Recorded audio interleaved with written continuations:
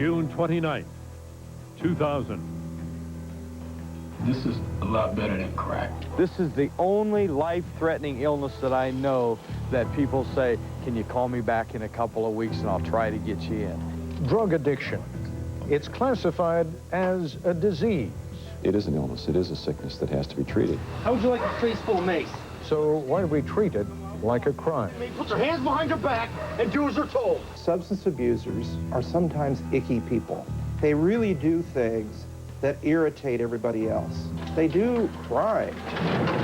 Locking up people who have drug problems, it is not a thoughtful way to work, and it's clearly not working. Unless we change people's attitudes, unless we get them off of drugs, we're never going to solve the problem. Tonight, the war on drugs. Are we fighting the wrong battle?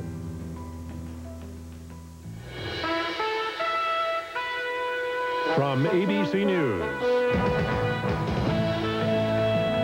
this is Nightline. Reporting from Washington, Ted Koppel.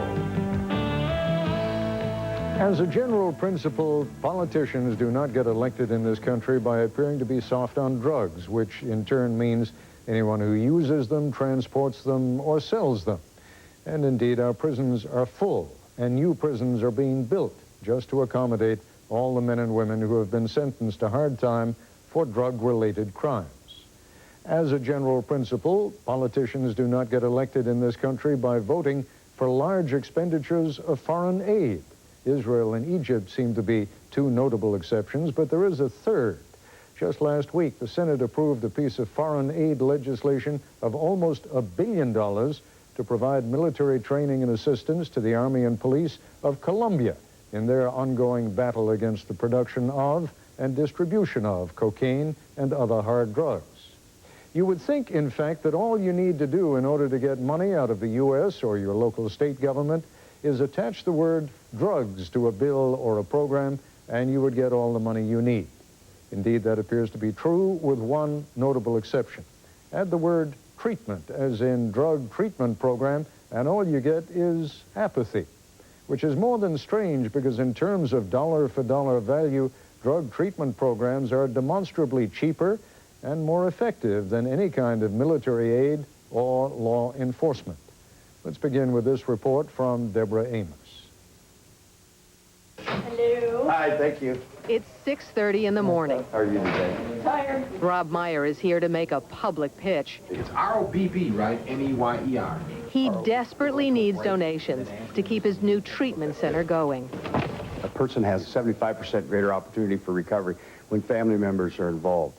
Meyer saw a need. He thought he had an answer to Iowa's epidemic of addiction and the long waiting lists for treatment. Before we opened this center, there was 16 beds in the state of Iowa.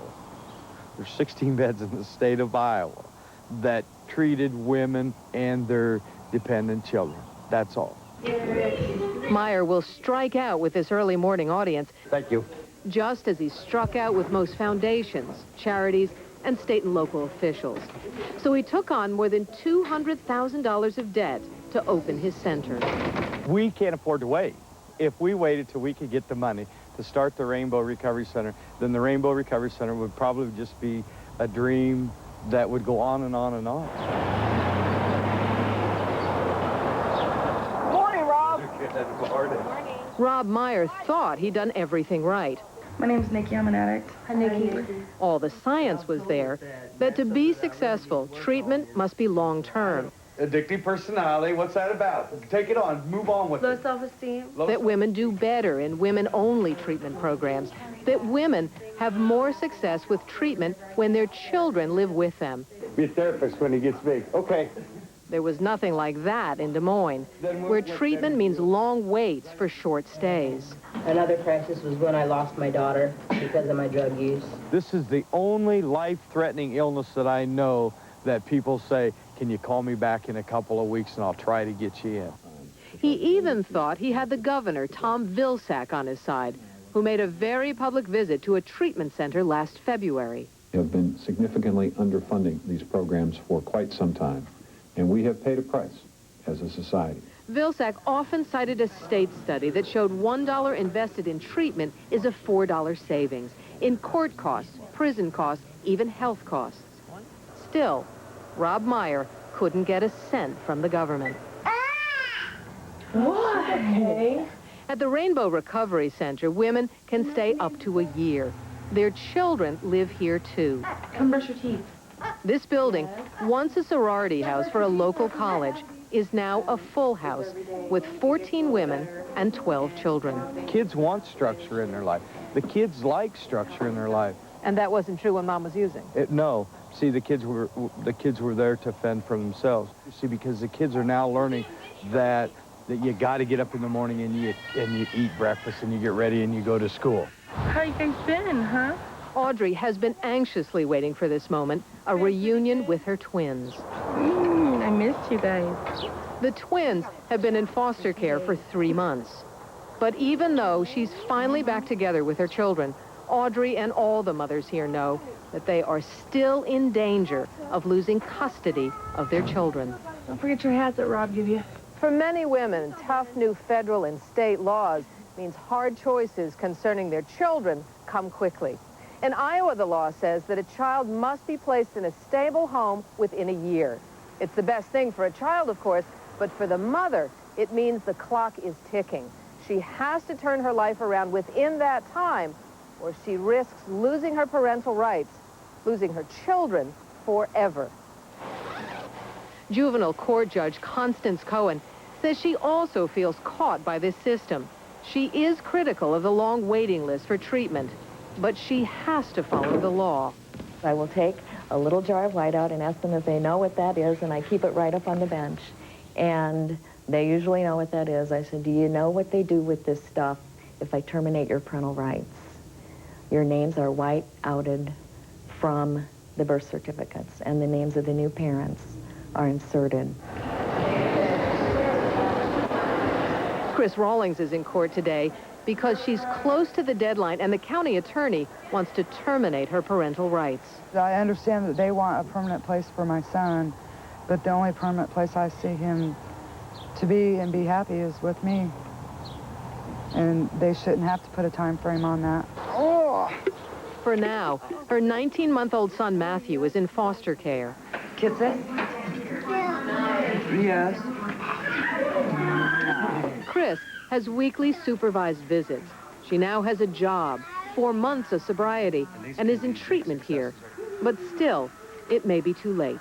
I think there needs to be a clock, but I don't know that it's not ticking too fast. I don't know that they put some unrealistic expectations on women in order to access all the services they need in order to do that, because we don't give them enough time to prove themselves. There is a collision between the timelines we know are realistic for recovery, taking into consideration the reality of relapse, and the timelines imposed by law for reunification or termination.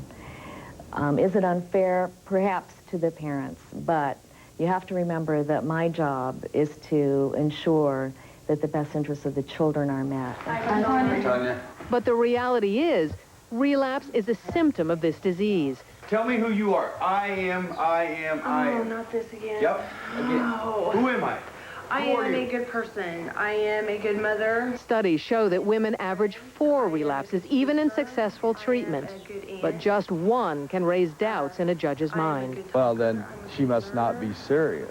No, she's very serious. This woman is very sad. If you don't change somebody's behavior, or you don't change somebody's irrational thought process into a rational thought process in 14 days. You don't do it in 60 days. You don't do it in 90 days. It takes a long time. It takes patience. It takes structure. You have 2 steps forward and 1 step back. Well, and you know that I'm Robbie, and also a recovering drug addict. And Rob Meyer knows that treatment works. He was an addict for 22 years and has taken every one of those steps and then some. He's been clean and sober now for 8 years. I went to treatment 12 times. And does that mean treatment doesn't work? No, it means treatment works, but it means that we have to take little bits of our treatment and put that together. I learned something at every treatment center that I went to. I truly did. We have shown that treatment interventions help people return to a healthy, productive lifestyle. This is ABC News Nightline, brought to you by the Home Depot.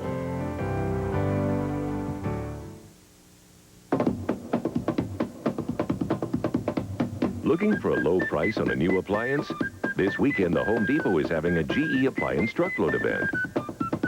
Get unbelievable buys on one of America's most trusted brands. Buy now, pay later when you use your Home Depot consumer credit card. This event is so big, we're having it in front of our store. And remember, we're open July 4th. It might be the best display you see all weekend. This week at IBM.com, Mike the lawyer's here from corporate to make sure we don't overpromise on the new ThinkPad T20. It's light, durable, has an Intel Pentium 3 processor, titanium composite cover, very cool keyboard light, and you can order it direct from IBM.com. And is the baddest thing on the market. This baby is... Leon, I don't think we can say that legally. It's good. It's not bad.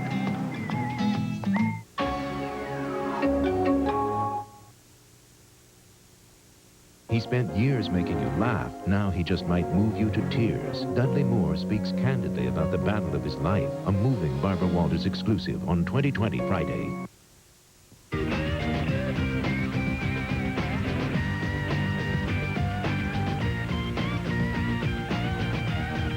Fine design decorative hardware. Jewelry for your home. Stevensville, 777-4343. I'd like to nominate my teacher, Mrs. Alvarez, because she helped us bring the outside inside. We learned how you can count rings on a tree trunk to see how old it is. We even took the plants apart to see how they grow. Now, when I look out the window during class, it's not because I'm bored. I'm just doing my homework. Know a teacher who could make a child's curiosity grow? Nominate them for Disney's American Teacher Awards by calling toll-free 1-877-ATA-TEACH. Looks like a good day for photosynthesis.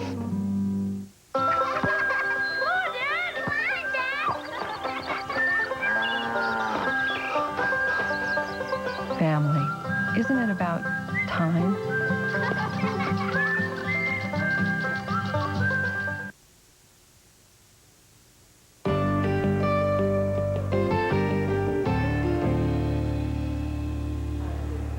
One of the best substance abuse treatment programs in Iowa is right here. A $175 million program pays for more than 700 slots. Treatment is for 6 months. The only problem is you have to go to prison to get in. What are some things that you personally are setting as a goal as far as your attitude? But more than 80% of the prisoners here say they have substance abuse problems. So many that even in prison, there's a waiting list to get treatment. Kip Kautsky is Iowa's Commissioner of Corrections. Locking up people who have drug problems, who have substance abuse problems, it is not a thoughtful way to work, and it's clearly not working. Well, how do we know it's not working? Look at how many people are coming back who have drug problems. For those who do come back, 60% are nonviolent offenders, bad check writers, burglary cases, crimes associated with addiction.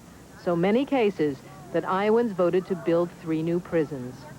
Essentially, we're looking at the fundamental issue of how many people can we afford to send to prison. Dr. Steve Gleason, director of Iowa's Public Health Department, asks, how many people can Iowa afford not to treat? Without bringing the treatment dollars up, we are never going to stop the flow of drugs in this country. It's the demand. It's free market. We in America should understand a free market and an open market. If there's a demand, somebody's going to supply it. Get down, police search warrant! And somebody always does. In Iowa, police sharply curbed the flow of methamphetamine coming from Mexico, but local labs stepped up production to fill the demand. Police detected 320 labs in 1998. 2 years later, that number jumped to 800. And the price of meth kept dropping. But still, the national approach to fighting drug addiction is mainly focused on fighting drug supply. Less than 1/3 of the federal budget for the problem goes to reducing demand. And many say the balance is way out of line. Consider this statistic. A study by the Rand Corporation shows that money spent on drug treatment is 7 times more effective than law enforcement, 23 times more effective than fighting drugs at the source. Officials in Iowa have been making the argument, but still, it's hard to sell. Substance abusers, I like to call them, are sometimes icky people. They really do things that irritate everybody else. In addition, there's this perception, because they don't like drug addicts, that the individual did it themselves, so they can find a way out. But while that individual is finding their way out, they're continuing to affect the criminal system, their families, their children.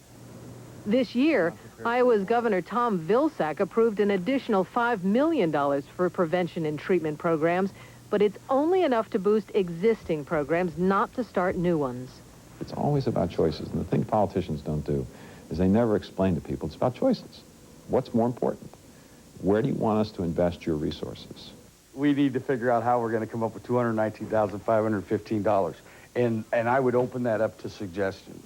Knowing there will be no help from state and local officials, the board meeting at the Rainbow Recovery Center focuses on where to get funds for the 14 women and 12 children who live here. The concern then is that we let this public policy that's driven by a lack of funds essentially create demand for a new prison. And that to me is missing the point. I mean, it is truly dealing with something with a sledgehammer that you frankly don't need. You need thoughtful treatment in the community. I just hope when you leave here that I can be a positive role model for everybody here too, like you were. For Dana Lee Funk, it's graduation day. Okay, Dana. She now has a job. She's completed 3 months of intense treatment. She'll be back at least once a week for the next year. I'm very proud of her. I love her very much. And so it goes, on and on. Dana's mother and grandmother join the hug line. Very proud of you, honey. You take care. We know you'll come out okay. We wanted to see women get healthy and families stay together. And this has exceeded even my wildest dreams. It is 11-year-old Heather's dream, too. Are you happy about where your mom is now? Yeah. Is she different? Yeah. Is she better? Yeah. I think so. Dana is moving back into her own apartment with 1-year-old Kenny. Her daughters will stay with Grandma for a while longer. It is a good day for Rob, not just because it's the first graduation, but it opens up another bed. Worries about money will have to wait. Walk in that house tonight at 8:30 when the kids go to bed and Mom's carrying those kids to bed. Ready for bed? Not yet. That's the way families live. There you go. Not only are we breaking that cycle of Mom and the kids being separated, but see, now we've got a chance to break the cycle, that addictive cycle with the kids, and then everybody gets well. For Nightline, this is Deborah Amos in Des Moines, Iowa. When we come back, I'll be joined by a writer who has studied the political battle over drug treatment for years.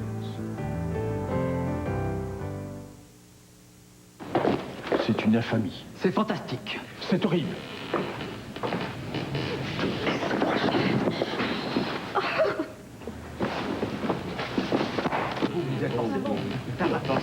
Tiens, papa.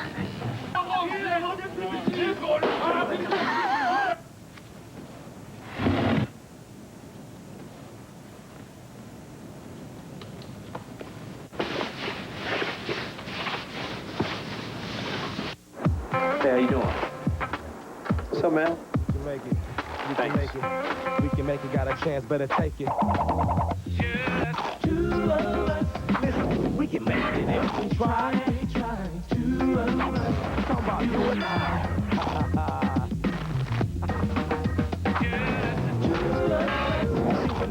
Get ready for a three-dimensional shot of flavor.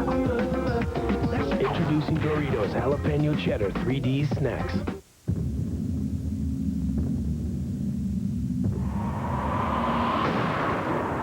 The phone is your playing field. Connect to the world. Access the web. You have the power to do it all. right in the palm of your hand. And the sound of your voice takes you anywhere you want to go. Michael. Hey, Coach, we did it. Wireless, digital, Samsung. Everyone's invited. An epiphany is a sudden awakening to the essential nature or meaning of things. The day you realize that babies aren't delivered by storks, that was an epiphany. The day you recognize that men and women are not the same, that was an epiphany. The day you realize that your website is your business and your software can't handle the traffic, that is an epiphany. It's a different kind of world. You need a different kind of software. The skinny on waifs. They're going to ban waif-like models. I think you have to think of it as affirmative action for fatter models. Politically incorrect coming up. Fright Night Theater, Saturday evenings at 10:30 on KTMF ABC 23. There's a vacation village called Give Kids the World. You can take your family for free if you're a kid like me with a terminal illness. If you know a kid like that, call 1-800-995-KIDS. I wish I could come back.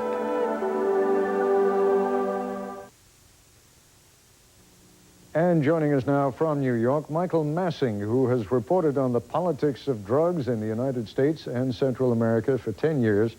I read your book, Mr. Massing, and remember thinking, what a sly dog this guy is. So here he is pushing that bleeding heart liberal notion of drug treatment. And whom does he invoke but Richard Nixon? Why did you? Well, it was a great surprise to me when I started my research. I really didn't expect to find anything of note in the history. We've been waging this war on drugs for so long. But the more I looked into it, the more people kept telling me, you should look at the Nixon era. Things were done very differently then. And sure enough, the more I looked into it, the more I found that the Nixon presidency took a very pragmatic approach to the issue.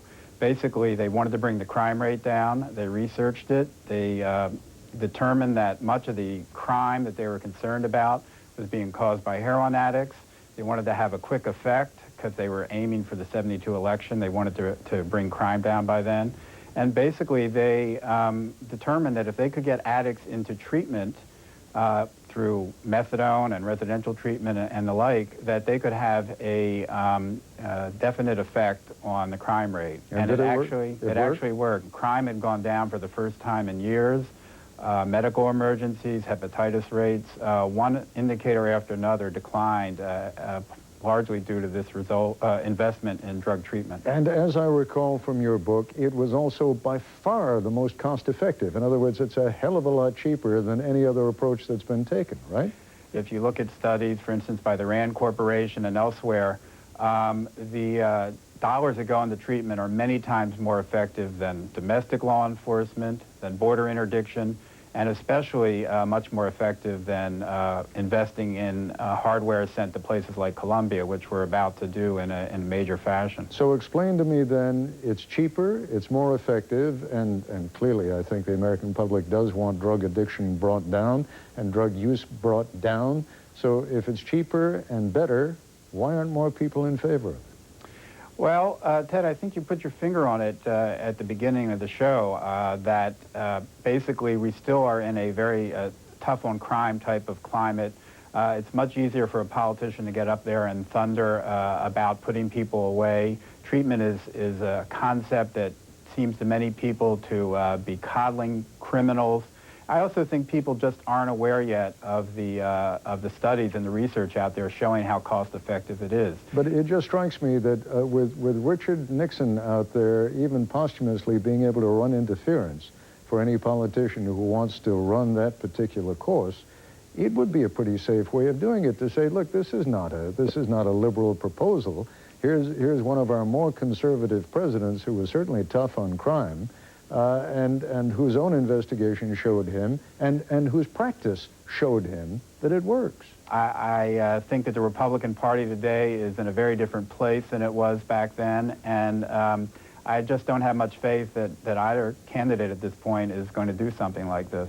So, I mean, where do we go? Where does America go from here? If all the emphasis is on spending more money on building prisons, drug interdiction, sending money overseas to countries like Colombia for more of the same, where's the hope? I see two developments taking place that give me some hope. One is the very development of money going to Colombia. I think that it has focused tremendous attention on this policy. There's been lively debates in Congress. I think it's going to backfire. I think people are going to look at $1 billion+ going to Colombia for helicopters when we've got addicts in Iowa and New York and California and every other state who can't get the help they want. I think people are going to begin asking questions about that.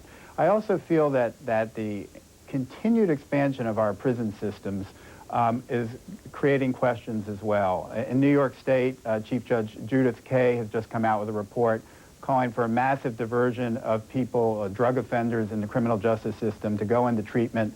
I think more and more people in the criminal justice system are realizing that it's a better bargain to treat these people. And once that begins to sink in, people are going to begin saying, well, if it's good for these people who have been arrested, how about these people who haven't been arrested? Shouldn't we also be giving them a chance to get well? Mr. So Massing? I do see a little bit of hope there. We're out of time, but I thank you very much. Michael Massing, good to have you with us. I'll be back in a moment. There are times when you have trouble sleeping because you can't stop thinking about the tensions of the day. Try something different. New Aluna Sleep. The herbal supplement that won't knock you out, but relaxes you so you can drift off to sleep naturally. Aluna is not a drug. There are no groggy side effects. It promotes a natural sleep pattern in just a few nights. New Aluna. It doesn't make you sleep.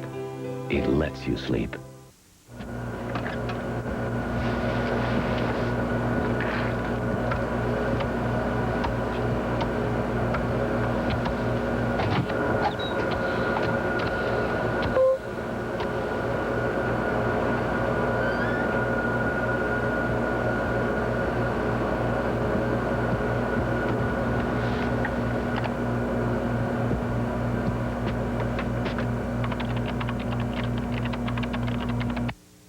Hey, Rolf, how'd a mutt like you get such a nice car? Hey, I got it at Ava's Car Sales. I got a doggone good deal with low monthly payments and no money down. Don't they just rent cars? No, this is Ava's Car Sales. They have cars for every budget and every lifestyle. I've been thinking about trading up myself. Avis will take your trade. They also offer low-interest financing, and lots of their cars carry the balance of the factory warranty. Well, I'll be doggone. I'm heading over there today.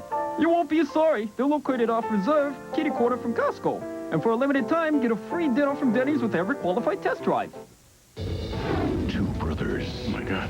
One woman. If we are going to save Alex, we have got to do it now. What do we do about Charlotte? We take care of her. This is not about how bad you want it. In the end, it comes down to getting out alive. Will they be too late to save her? Slowly heard for a minute. All My Children, ABC Daytime. The Beastmaster! Kill him! On the next Beastmaster. No one is safe while the unholy one has the liquid rock. The most powerful magic of all. The liquid rock, I have to understand. The gate to life and death. In the wrong hands. The balance is destroyed. A challenge. You must obey. Becomes a curse. Rude, no! Wait!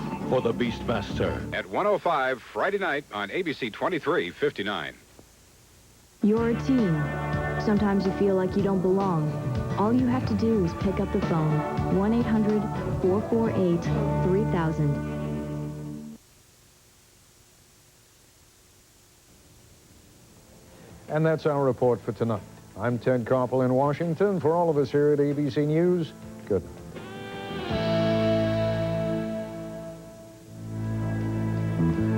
You can order a transcript or video cassette of this or any other Nightline broadcast by dialing 1-800-CALL-ABC or visiting abcnewsstore.com on the World Wide Web. This has been a presentation of ABC News. More Americans get their news from ABC News than from any other source.